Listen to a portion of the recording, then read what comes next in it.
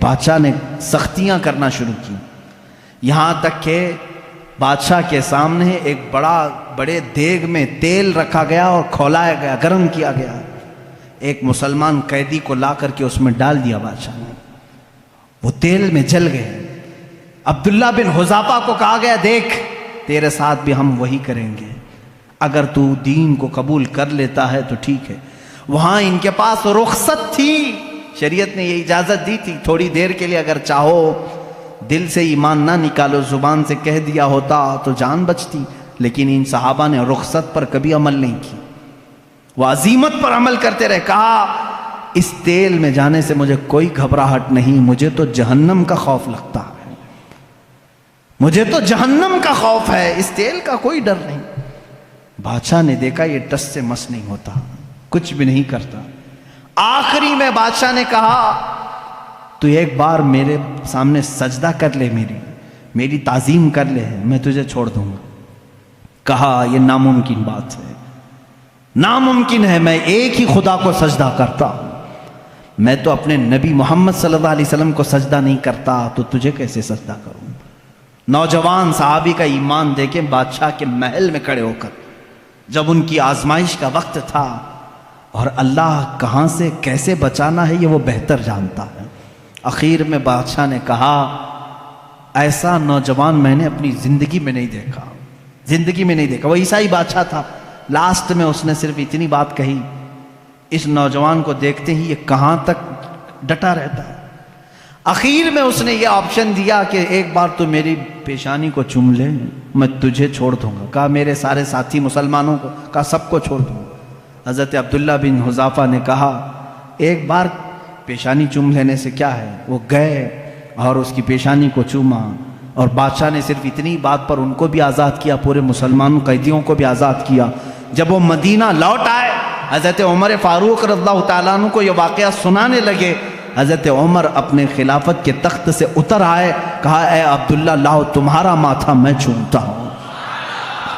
یہ وہ لوگ ہیں جو دین کو کہیں بیچنے نہیں جاتے تھے، کہیں دین کا سمجھوتا کرنے نہیں جاتے تھے۔ آج منافقین کی بہت لمبی ایک جماعت تیار ہو رہی ہے، حکومتوں کا تیور دیکھ کر کے جو بدل جاتے ہیں یہ منافق، ان سے اپنے دامن کو بچائے رکھو۔ جنہوں نے ہماری مسجدیں بیچ دیں، جنہوں نے ہمارے عبادت گاہیں بیچ دیں چند سکوں پر، چند ٹکوں پر، یہ وہ لوگ ہیں جو آخرت کا سودا کر چکے ہیں دنیا کے بدلے۔ میرے عزیزوں، صرف نام مسلمان رکھ لینا کافی نہیں ہے، مسلمان وہ ہے جو اپنا سب کچھ اللہ اور اس کے رسول کے لیے بیچ دیتا ہے، اپنی جان تک وہ قربان کرتا ہے۔ صحابہ کی باتیں آج مجھے کہنا اس لیے بھی ضروری تھا کہ اگر ہم ان کے تذکرے نہ سنائیں تو کیا پہاڑی چوہوں کے واقعات سناؤں آپ کے سامنے، بھیڑ بکریوں کے واقعات سناؤں، لومڑی کتے کے واقعات سناؤں، جو آج بہت سارے سیلیبس کی کتابوں میں بھرے ہوئے ہیں؟ اپنے بچوں کو اگر واقعات سناؤ تو بلال حبشی کے سناؤ کہ یہ کبھی نہ ڈرے۔ اگر اپنے بچوں کو سناؤ واقعات تو حضرت خبیب کے واقعات سناؤ، حضرت سلمان فارسی رضی اللہ تعالیٰ عنہ کے سناؤ کہ جنہوں نے پوری زندگی تلاش رسول میں ختم کر دی تھی۔ جانتے ہیں یہ 3 بار بکے ہیں۔ حضرت سلمان فارسی پہلے مجوسی باپ کے بیٹے تھے، آگ کی پوجا کرتا تھا ان کا باپ، وہ عیسائیوں کو دیکھ کر کے ان کو اچھا لگا، عیسائی بن گئے۔ ملک شام میں عیسائی بن کر رہے، پوری تعلیم حاصل کی، لیکن وہ اچھے عیسائیوں کے شاگرد تھے، ایمان والے۔ ہر عیسائی ان سے کہتا تھا اے سلمان، وہ آخری رسول کے آنے کا وقت قریب ہے، اگر تیری زندگی میں آ جائے تو ان پر ایمان لانا۔ حضرت سلمان فارسی اس انتظار میں سالوں گزار گئے، ملک شام کے کئی علاقوں میں، پھر عراق میں رہے۔ پھر اس کے بعد عرب سے ایک قافلہ آیا تھا تجارت کا، ان سے پوچھے عرب میں کوئی ایسی زمین ہے جہاں جھنڈ کے جھنڈ کھجوروں کے درخت ہیں؟ اس نے کہا ہاں یہ یثرب ہے۔ حضرت سلمان نے کہا کیا تم مجھے وہاں لے جا سکتے ہو؟ اس لیے کہ میں نے اپنی کتابوں میں پڑھا ہے آخری رسول اسی زمین میں آنے والا ہے۔ وہ لے کر کے آیا عرب، لیکن یہاں لا کر کے ایک یہودی کے ہاتھ میں بیچ دیا، آزاد آدمی کو لا کر بیچ دیا۔ مدینے کا ایک یہودی وہ غلام بنا کر کے رکھا، یہاں تک کہ رسول کریم صلی اللہ تعالیٰ علیہ وسلم کے آنے کی جس وقت خبر ہوئی مدینے میں، حضرت سلمان فارسی درخت کے اوپر بیٹھے ہوئے تھے کھجور کے، اور کھجور کا درخت کافی لمبا ہوتا ہے، کھجوروں کی صفائی کر رہے تھے۔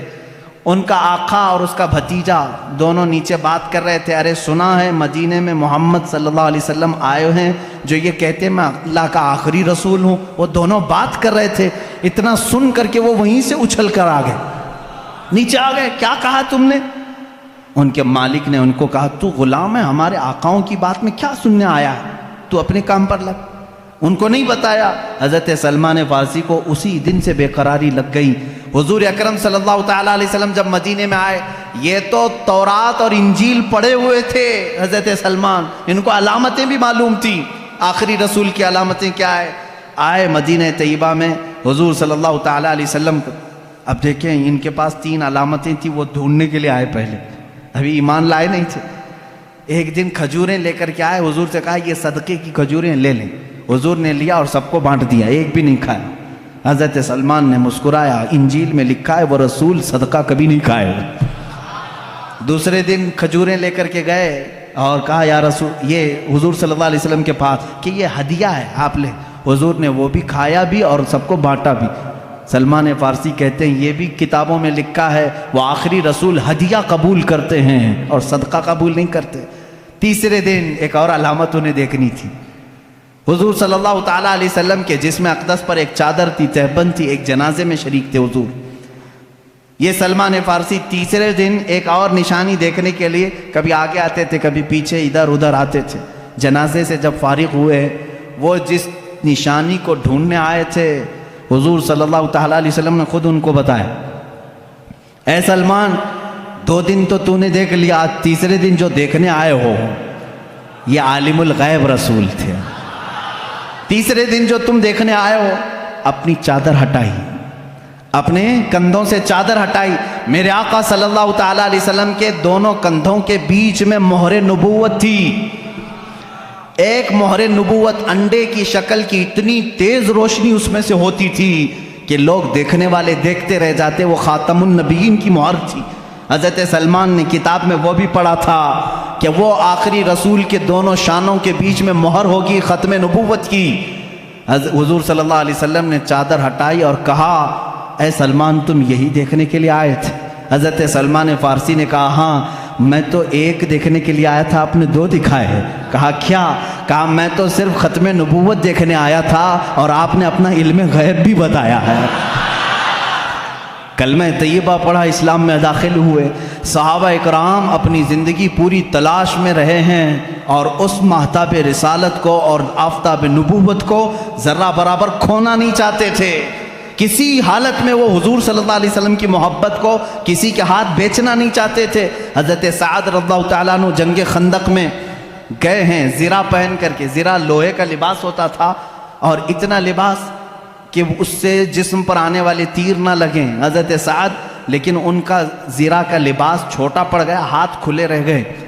ایک ظالم نے دیکھا حضرت سعد رضی اللہ تعالیٰ عنہ کے سیدھے ہاتھ پر ہی وار کر دیا، ہاتھ سے ان کی موٹی رگ کٹ گئی اور اس سے خون بہنے لگا، اتنا خون کہ وہ پکڑ کر کے حضور کے پاس آئے تو میرے آقا صلی اللہ علیہ وسلم کے چہرے پر بھی خون، جسم اقدس پر خون حضرت سعد کے، اور ظالموں نے ان کے اوپر نیزے چلائے تھے ہاتھوں پر، جو حصہ ان کا زرہ سے کھلا ہوا تھا وہ سب مارا گیا تھا۔ حضرت سعد رضی اللہ تعالیٰ عنہ کس لیے آئے تھے معلوم؟ میدان سے چھوڑ کر کے۔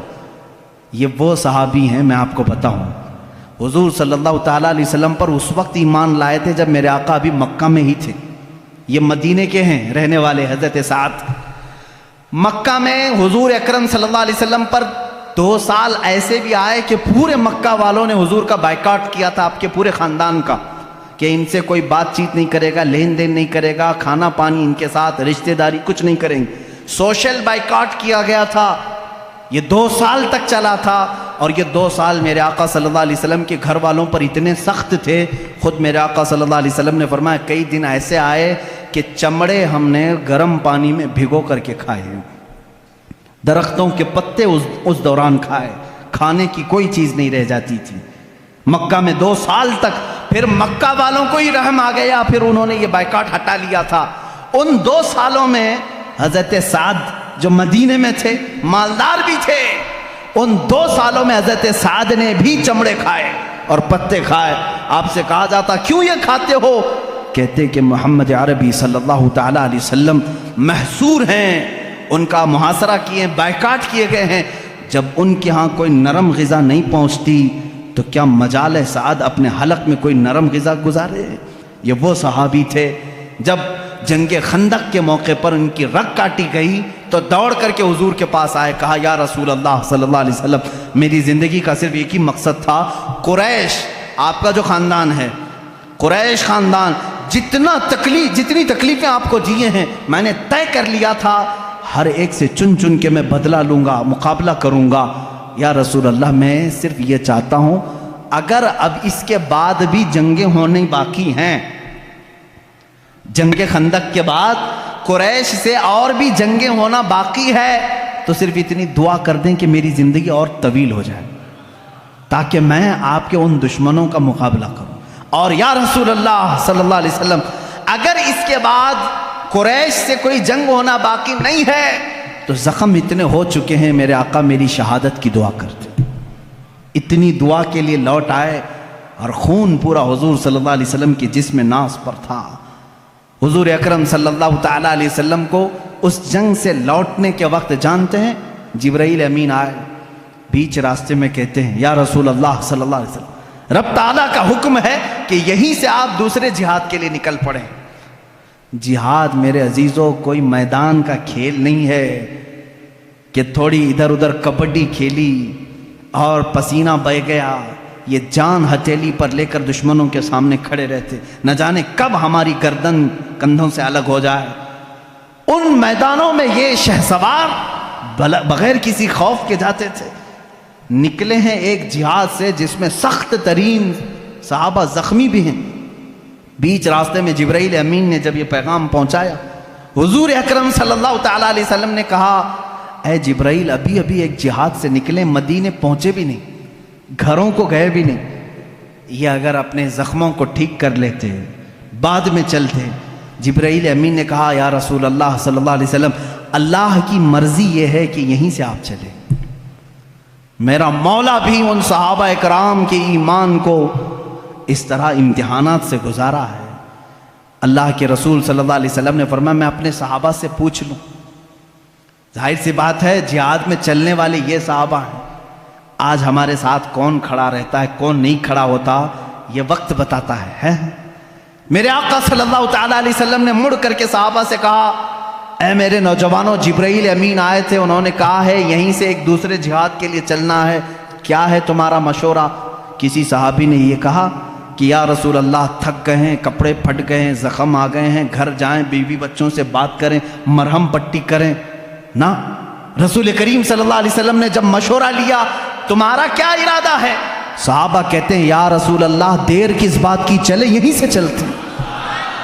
یہ وہ صحابہ تھے جن کے بارے میں اللہ فرماتا رضی اللہ عنہم ورضوا عنہ، اللہ ان سے راضی اور وہ اللہ سے راضی ہیں۔ ان میں عورتوں نے بھی وہ کردار ادا کیا ہے۔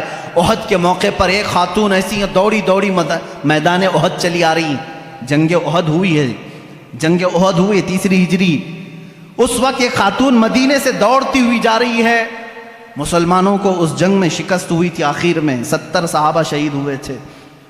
تو بیچ راستے میں کسی نے اس خاتون کو روک کر کے کہا تجھے پتہ ہے تیرے بیٹے کا انتقال ہو گیا؟ کہا الحمدللہ۔ اس خاتون نے کیا کہا؟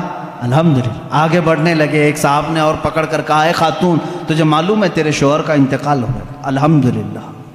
کسی نے کہا تیرے بھائی کا انتقال ہوا؟ کہا الحمدللہ۔ اے آنے والوں سب تو میرے گھر والوں کی بتا رہے ہو، بتاؤ رسول اللہ کی حالت کیا ہے؟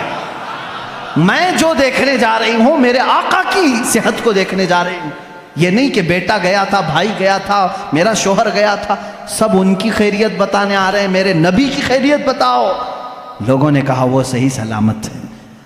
اس خاتون نے کہا اے اللہ تیرا کروڑا کروڑ شکر ہے، وہ ایک صحیح ہے تو میرا پورا خاندان قربان ہے۔ آئیں، اللہ کے حبیب صلی اللہ تعالیٰ علیہ وسلم کی زیارت کی، خوش ہوئی۔ حضور صلی اللہ علیہ وسلم نے فرمایا خاتون تیرا بیٹا شہید ہوا، جا دیکھ لے۔ وہ کہتی ہیں یا رسول اللہ اگر آپ کا حکم ہے تو میں دیکھتی ہوں، اگر آپ کا حکم ہے تو میں دیکھتی ہوں۔ اپنے نوجوان بیٹے کی لاش میدان میں پڑی ہے، گئی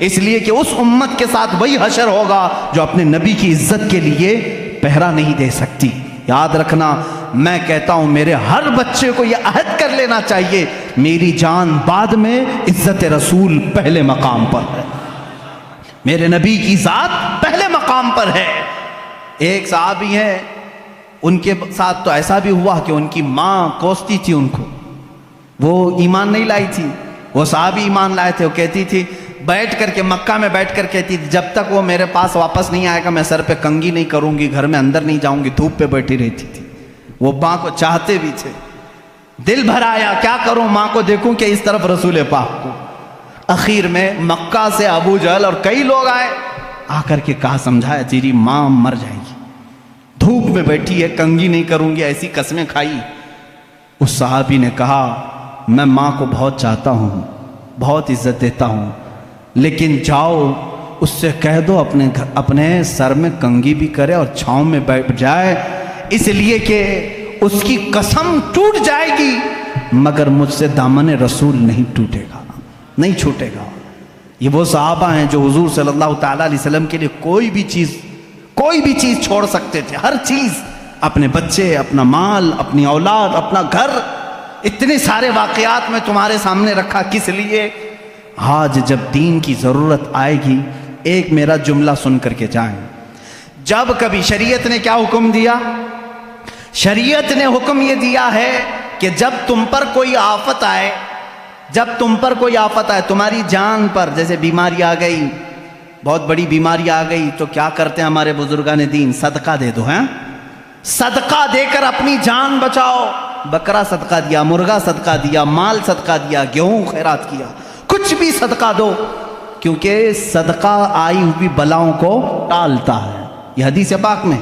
اب میری بات سنو، جب تمہاری جان پر کوئی آفت آئے تو صدقہ دے کر کے جان بچا لو، اور جب دین پر کوئی آفت آئے اپنی جان دے کر کے دین کی حفاظت کرو۔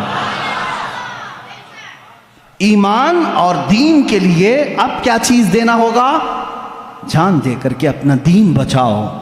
اور یہاں میں سمجھتا ہوں کوئی یزیدی نہیں بیٹھا ہے، سب حسینی ہیں، اور ہر حسینی یہ جانتا ہے جب اسلام پر کوئی بات آئے تو اپنا گھر بھی میدان میں لایا جاتا ہے، اپنی گردن بھی لائی جاتی ہے، اپنے 6 ماہ کا بچہ بھی لایا جاتا ہے، اپنی عورتیں بھی لائی جاتی ہیں۔ یہ نہیں دیکھا جاتا کہ میرے بعد میرے گھر کا کیا ہوگا، میری بیویوں کا کیا ہوگا، میری بہنوں کا کیا ہوگا، میرے بچوں کا کیا ہوگا، نہیں دیکھا جاتا۔ حسینی وہ ہے جو صرف یہ دیکھتا ہے اگر میری گردن جاتی ہے جائے، لیکن شریعت مصطفیٰ پر آنچ نہ آنے پائے۔ اسی لیے کہا ہے قتل حسین اصل میں مرگ یزید ہے، اسلام زندہ ہوتا ہے ہر کربلا کے بعد۔ تم جان کے کٹنے کے بعد کبھی فکر نہ کرنا۔ آج مجھے معلوم ہے، میری یہ جو تقریریں ہیں لوگ سمجھتے ہیں، مجھے معلوم ہے کتنے ہماری تقریروں میں گرم ہوتے ہیں اور کتنے پسند کرتے ہیں اور کتنے کیا کیا کرتے ہیں، لیکن کچھ وہ بھی ہیں جن کو مروڑ بھی ہوتی ہے، جن کے دلوں میں پھپولے پھوٹتے بھی ہیں، کچھ کی آنکھوں میں بہت تیز گڑتا بھی ہوں، تکلیف ہے۔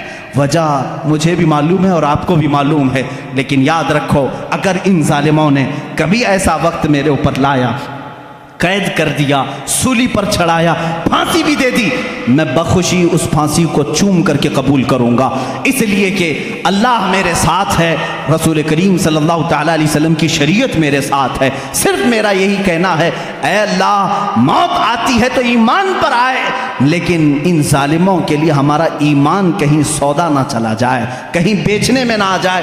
ان کی باتوں پر عزیزان گرامی آج حالات ایسے ہیں، ان صحابہ کے معاشرے کو زندہ کرنے کی ضرورت ہے۔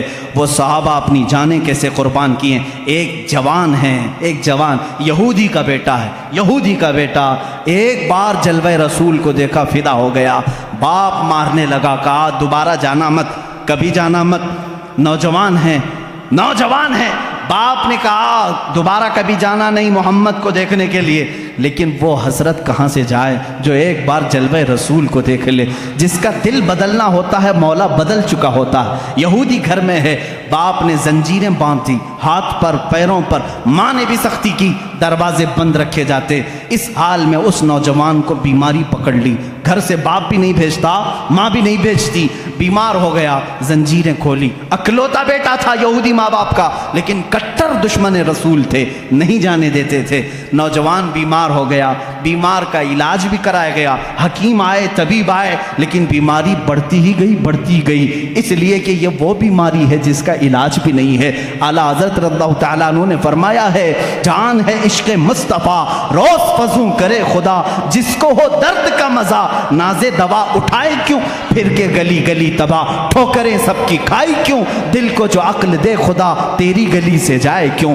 یہ وہ صحابہ کا درد تھا۔ اس نوجوان نے جب بیماری شدت پکڑ لی، ماں باپ کو رحم آ گیا، ترس آ گیا۔ اب وہ وقت بھی آیا، ایک بڑے حکیم نے آ کر کے مشورہ دیا، اس کی جان بلب ہے، اس کی جان نکلنے کا وقت ہے، یہ مر جائے گا، اب یہ زندہ رہنے کی اس کے اندر کوئی بھی صورت نظر نہیں آتی۔ ماں باپ سے کہا جو کھائے کھلا دو، جو پیے پلا دو۔ حکیم چلا گیا، ماں باپ رونے لگے، جوان بیٹا ہمارے سامنے چلا جائے گا۔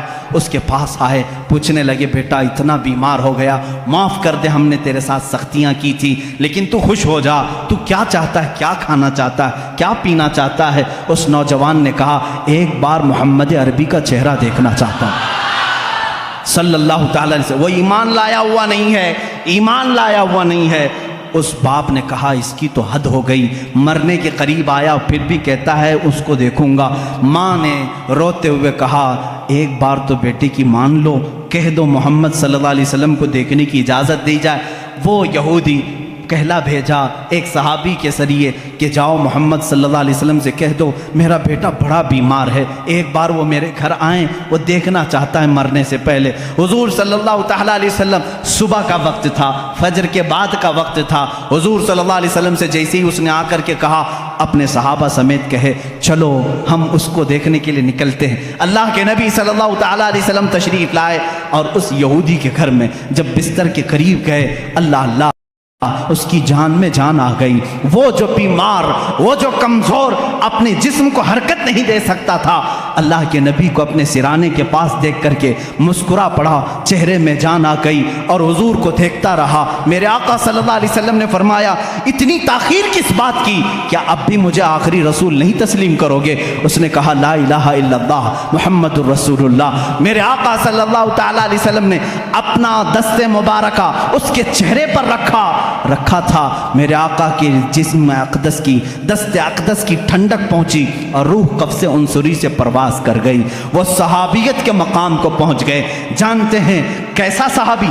صحابی کسے کہتے ہیں جانتے ہیں؟ صحابی کسے کہتے ہیں؟ اللہ کے نبی نے فرمایا اگر میرا ایک صحابی جو کے دانے کے برابر بھی خیرات کرے اور میری امت احد پہاڑ کے برابر سونا خیرات کرے، تب بھی جو کے دانے کے خیرات کے برابر نہیں ہو سکتی۔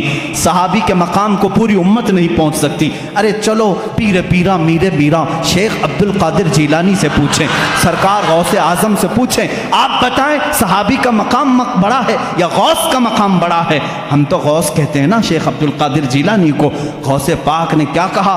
ارے تو غوث اور صحابی کے مقام کی بات کرتا ہے، سن صحابی کا مقام کیا ہے۔ وہ صحابی جو رسول اللہ کے ساتھ گھوڑے پر بیٹھ کر کے جہاد میں جایا کرتے تھے، جس گھوڑے پر صحابی بیٹھتے تھے اس گھوڑے کے ٹاپ کے نیچے سے جو دھول اڑتی تھی وہاں تک بھی غوث کا مقام نہیں پہنچ سکتا، غوث کا مقام وہاں تک نہیں پہنچ سکتا۔ صحابی کے گھوڑے کے ٹاپ کے نیچے کی دھول تک اس صحابی کے مقام کو غوث نہیں پہنچ سکتا۔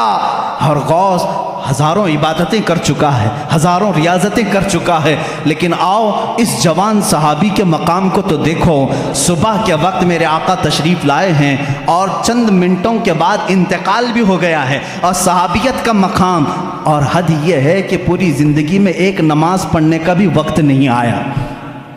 فجر سے ظہر کے بیچ میں ایمان لائے، فجر سے ظہر کے بیچ میں ایمان لائے اور دنیا سے چلے بھی گئے، اور مقام کون سا حاصل کیا؟ صحابیت کا، غوث سے بھی بڑا مقام۔ یہ برکت تھی صرف جلوہ رسول کو دیکھنے کی۔ انہیں نہ دیکھا تو کس کام کی ہیں یہ آنکھیں کہ دیکھنے کی ہے ساری بہار آنکھوں میں۔ اگر رسولullah کو نہ دیکھا تو کس کام کی ہیں یہ آنکھیں؟ میرے عزیزوں، صحابہ کے معاشرے کو میں بتا رہا تھا، آج میں اپنی گفتگو کو یہیں پر سمیٹتا ہوں اور سب کو جا کر کے یہ دعوت فکر دیتا ہوں، اگر جذبہ پیدا کرنا ہو تو آپ کو فلمی ہیرو اور دنیاوی کیریکٹر کو نہیں، آج میں اپنے نوجوانوں کو دیکھ کر کے کبھی کبھار سہم جاتا ہوں، تمہارے بال کس کی علامت ہیں؟ تمہارے کپڑے کس کی علامت ہیں؟ تم اپنے لباس کو پھاڑ کر کے پہن رہے ہو اس لیے کہ فلاں فلم میں کسی ہیرو نے کپڑے پھاڑ کر کے پہنے تھے۔ تم اپنے لباس کو دیکھو ذرا، اور تم اپنے بالوں کو لہراتے ہو کسی ہیرو کے سٹائل میں۔ تم غلام ان کے نہیں ہو، تم غلامی میں بندھے ہو رسول اللہ کی۔ تم کبھی یہ جا کر کے کیوں نہیں پوچھتے میرے آقا صلی اللہ علیہ وسلم کا لباس کیا تھا؟ چلو وہ اگر لباس نہ ملے تو کم سے کم یہ تو پوچھتے میرے نبی کو کون سی شکل پسند تھی، کون سی غذا پسند تھی۔ یہ وہ صحابہ تھے جو حضور کے ہر غذا کو چن چن کر کے پسند کر کے کھایا کرتے تھے۔ حضرت عثمان رضی اللہ تعالیٰ عنہ، حضرت ابو بکر، یہ وہ صحابہ ہیں۔ دسترخوان پر ایک بار کدو آیا، لوکی شریف آئی، کسی نے کہا مجھے یہ پسند نہیں ہے، صحابی کھڑے ہوئے اور تلوار نکالی، کہا واپس لے اپنے جملے کو نہیں تو قتل کر دوں گا۔ کہا کیوں؟ کدو نہ کھائیں گے تو قتل کریں گے۔ کہا نہ کھانا نہ کھا، لیکن یہ نہ کہہ کہ پسند نہیں، اس لیے کہ یہ کدو میرے نبی کو پسند ہے، میں برداشت نہیں کر سکتا اس چیز کو۔ وہ صحابہ کا ایمان تھا۔ صدیق اکبر کے بیٹے کہتے ہیں میں کافروں کی طرف سے آیا تھا جنگ بدر میں، آپ حضور کی طرف سے آئے تھے، بعد میں وہ ایمان لائے۔ وہ بیٹے کہتے ہیں آپ 3 بار میری تلوار کے نیچے آ گئے تھے لیکن میں مارا نہیں، آپ باپ تھے۔ صدیق اکبر کہتے ہیں قسم خدا کی اگر تو ایک بار بھی آتا تو میں کاٹ دیتا، اس لیے کہ تو آیا تھا دشمنان رسول کے ساتھ۔ یہ صحابہ کا ایمان تھا۔ حضرت عمر رضی اللہ تعالیٰ عنہ راستے سے جا رہے ہیں، ایک بار درخت کے نیچے سے اپنا امامہ اس میں لٹکانے لگے، اچھل اچھل کے گھوڑے پر بیٹھے تھے۔ لوگوں نے کہا یہ کیا ماجرا ہے، امامہ لٹکا رہے ہیں اس پر۔ حضرت عمر کہتے ہیں ایک بار میں نبی کے ساتھ یہاں سے جا رہا تھا، یہ درخت کی ٹہنی تھوڑی نیچے لٹک رہی تھی، میرے آقا کا امامہ اس میں الجھ گیا تھا، حضور کا امامہ کھل گیا، میرے آقا نے پھر سے اس کو باندھا اور چلے گئے۔ آج میں یہاں سے گزر رہا تھا، ٹہنی اوپر ہے لیکن میں چاہتا تھا کہ نبی کی ادا پر عمل کر لوں، حضور کی ایک ادا بھی چھوٹنے نہ پائے۔ امام احمد بن حنبل ہیں، کہتے ہیں مجھے تربوز بہت پسند تھا، کلنگڑ بہت پسند تھا، اور میں نے سنا ہے کہ حضور نے بھی کھایا ہے، میرے آقا صلی اللہ علیہ وسلم نے بھی تناول فرمایا، لیکن زندگی پر خالی دیکھتے تھے اور کھائے نہیں۔ پوچھا لوگوں نے کیوں نہیں کھاتے، آپ کو معلوم ہے، آپ کو بھی اچھا لگتا ہے، حضور نے بھی کھایا ہے۔ کہتے میں انتظار میں وہ حدیث ڈھونڈ رہا ہوں، ابھی تک حدیث نہیں ملی حضور نے اس کے کتنے ٹکڑے کر کے کھائے تھے۔ یہ ان کا ایمان تھا۔ میرے عزیزوں، حضور صلی اللہ تعالیٰ علیہ وسلم کی ایک ادا بھی ان سے چھوٹنے نہ پاتی تھی۔ آج ہماری زندگی بھی دیکھ لو، ہمارے اپنے جسم، کیا کوئی ہم سے یہ کہے گا یہ ترجمان رسول ہے، یہ محمد عربی صلی اللہ علیہ وسلم کا غلام ہے؟ تمہاری ذات میں وہ چیزیں کہاں چلی گئیں؟ آج دنیا پھر تم سے دیکھ رہی ہے، پوری دنیا کو آج پھر سے ثابت کر کے بتاؤ، جو جان مانگو تو جان دے دیں، جو مال مانگو تو مال دے دیں، مگر یہ ہم سے کبھی نہ ہوگا نبی کا جاہو جلال دیتے۔ ہم اپنے نبی کی امانتوں کے سفیر ہیں، ہم امین ہیں اپنے نبی کے اخلاق کے۔ اپنے بچوں کو سکھاؤ، کہانیاں وہ نہیں، میرے نبی کی محبت کی کہانیاں سناؤ۔ رسول اللہ سے صحابہ جو ٹوٹ کر کے چاہتے تھے، محبت کرتے تھے، وہ واقعات سناؤ، پھر دیکھنا تمہارا بیٹا کبھی بزدل نہیں پیدا ہوگا، کبھی بزدل نہیں ہوگا۔ آج ہمارے معاشروں سے شعر غائب ہو گئے، صرف ناموں کے شعر رہ گئے ہیں، اس لیے کہ تربیت ان کی صحابہ کے گھروں کی طرح نہیں ہوتی۔ وہ بدر کے میدان کے وہ 2 شہزادے کہاں ہیں؟ معاذ اور معوذ، 13 سال کی عمر کے ہیں، 13 سال کی عمر کے ہیں، اور کیا کیا انہوں نے؟ 2 چھوٹے نوجوانوں نے، اوروں نے اگر جہل کو مارا، ان بچوں نے ابو جہل کو مارا، ابو جہل کو مارا۔ اس میں سے ایک شہزادے ہیں معاذ، انہوں نے قتل کیا تھا ابو جہل کو، تاریخ میں رقم ہوگا۔ ایک کسان صحابی کے بیٹے تھے یہ 2، 13 سال کی عمر کے، دونوں بھائی ہیں، دونوں نے گرا کر کے مارا سردار قریش کو۔ ابو جہل کے آخری الفاظ کیا تھے معلوم ہے؟ وہ کہتا ہے مجھے غم ہے اس بات کا کہ مجھ جیسا سردار ایک کسان کے بچوں سے مارا جا رہا ہے، مجھے موت کا ڈر نہیں۔ لیکن اس صحابی کے درجے کو دیکھو، جذبے کو دیکھو۔ حضرت معاذ، ان کے کندھے پر ایک کافر نے تلوار مار دی، کندھا لٹک کر کے چمڑی سے لٹک گیا، مونڈھا کٹ گیا، بغل کی چمڑی سے لٹک گیا، لیکن اس شہزادے کا جوش ٹھنڈا نہیں، دوسرے ہاتھ میں تلوار لی، ہاتھ لٹک لٹک کے سامنے آتا تھا، بائیں ہاتھ سے میدان میں آتے تھے۔ 13 سال کا بچہ ہوتا کیا ہے؟ 13 سال کی عمر کا بچہ بائیں ہاتھ میں تلوار لے کر کے آ رہا ہے۔ صحابہ کہتے ہیں ایک منظر ہم نے یہ بھی دیکھا کہ اس 13 سالہ بچے نے بیچ میدان میں اپنا یہ ہاتھ اپنے پیر کے نیچے دبا کے کھینچ کے نکال دیا جو چمڑی سے لٹک رہا تھا، اور پکار کر کے کہا مجھے اس ہاتھ کی ضرورت نہیں جو اللہ کی رضا میں خلل اندازی کر رہا ہو۔ بار بار لٹک کر کے باہر آتا ہے۔ کبھی تم نے یہ سوچا کہ مجھ سے اور میرے رب سے کون سی چیزیں ہیں جو مجھے روک کر کے رکھی ہیں؟ کون سی وہ چیزیں ہیں جو خلل اندازی کر رہی ہیں مجھے رب کی عبادت کرنے سے؟ یہ انٹرنیٹ ہے، یہ گانے بجانے ہیں، کیا تمہیں روک نہیں رکھے مسجدوں سے؟ وہ بچے نے ہاتھ توڑ کے نکال دیا، لٹک رہا ہے، مجھے اللہ کی رضا حاصل کرنے میں خلل پیدا کر رہا ہے۔ تم نے اپنے کانوں سے گانے تک نہیں نکالے آج تک۔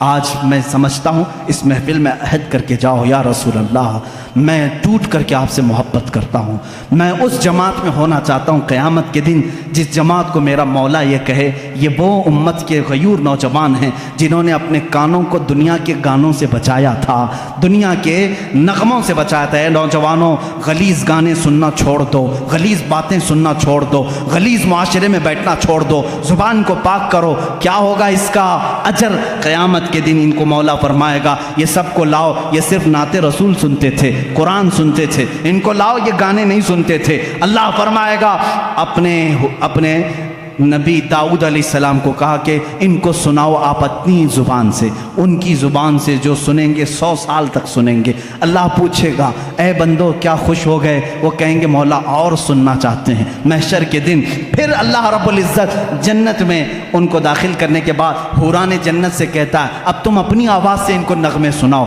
یہ اپنے کانوں کو گانوں سے بچاتے تھے، 100 سال تک حوریں سناتی رہیں گی۔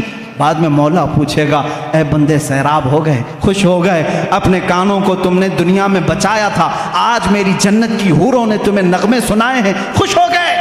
وہ بندے کہیں گے کاش ہم بھی ان بندوں میں ہوں۔ مولا سے کہیں گے مولا اور بھی سنایا جاتا تو اچھا ہوتا۔ اب رب فرماتا ہے داؤد علیہ السلام سے 100 سال سنایا گیا، حوران جنت سے 100 سال سنایا گیا۔ اے فرشتوں حجابات ہٹاؤ، میں سناتا ہوں، یہ بندے سنیں گے۔ رب تبارک و تعالیٰ خود اپنی حمد سنائے گا اور یہ بندے سنیں گے، وہ لوگ سنیں گے جو عشق رسول کے نغمے آج کانوں سے دنیا میں سنتے تھے۔ غیور نوجوانوں، تمہارے لیے یہ دنیا کی خرافات نہیں بنی ہیں، تمہارے لیے شراب نہیں بنی، تمہارے لیے زنا کے اڈے نہیں، تمہارے لیے جوے کے پتے نہیں، تمہارے لیے لڑکیوں کے حسن و جمال کے دھوکے نہیں، بلکہ میں سمجھتا ہوں وہ حسن کیا تمہیں بہکا سکے گا دنیا کا جس کی آنکھوں میں جمال مصطفیٰ بسا ہو۔ آج بھی تم کھڑے ہو کر کے یہی اعلان کرو جو صحابہ کہتے تھے یا رسول اللہ جب تک بکے نہ تھے تو کوئی پوچھتا نہ تھا، جب تک بکے نہ تھے تو کوئی پوچھتا نہ تھا، تم نے خرید کر ہمیں انمول کر دیا ہے، ہم انمول ہیں اور رسول اللہ کے ہیں۔ ہم کس کے ہیں؟ اللہ کے رسول کے ہیں، اور ساری دنیا اللہ کے رسول کے لیے بنائی گئی ہے، ساری چیزیں میرے آقا کے لیے بنائی گئی ہے، تو ہم کس کے لیے ہیں؟ رسول کے لیے ہیں۔ اسی پر میں گفتگو ختم کرتا ہوں جو امام اہل سنت فاضل بریلوی نے ہمیں تعلیم دی ہے۔ زمین و زمان تمہارے لیے، چنین و چنا تمہارے لیے، مکین و مکان تمہارے لیے، بنے دو جہاں تمہارے لیے، دہن میں زباں تمہارے لیے، بدن میں ہے جاں تمہارے لیے۔ یا رسول اللہ ہم آئے یہاں تمہارے لیے، اٹھے بھی وہاں تمہارے لیے، خلیل و نجی مسیح و صفی سبھی سے کہیں نہ بنی۔ یا رسول اللہ یہ بے خبری کی خلق پھری کہاں سے کہاں تمہارے لیے، اشارے سے چاند چیر دیا، چھپے ہوئے خور کو پھیر دیا، گئے ہوئے دن کو عصر کیا، یہ تاب و تواں تمہارے لیے۔ اخیر میں امام اہل سنت یہ پیغام دیتے ہیں صبا وہ چلے کہ باغ پھلے، وہ پھول کھلے کہ دن ہوں بھلے، لوا کے تلے جھنڈا ہوگا میرے آقا کے ہاتھوں میں، لوا کے تلے ثنا میں کھلے ہم سب کی زباں یا رسول اللہ تمہارے لیے۔ وآخر دعوانا الحمدللہ رب العالمین۔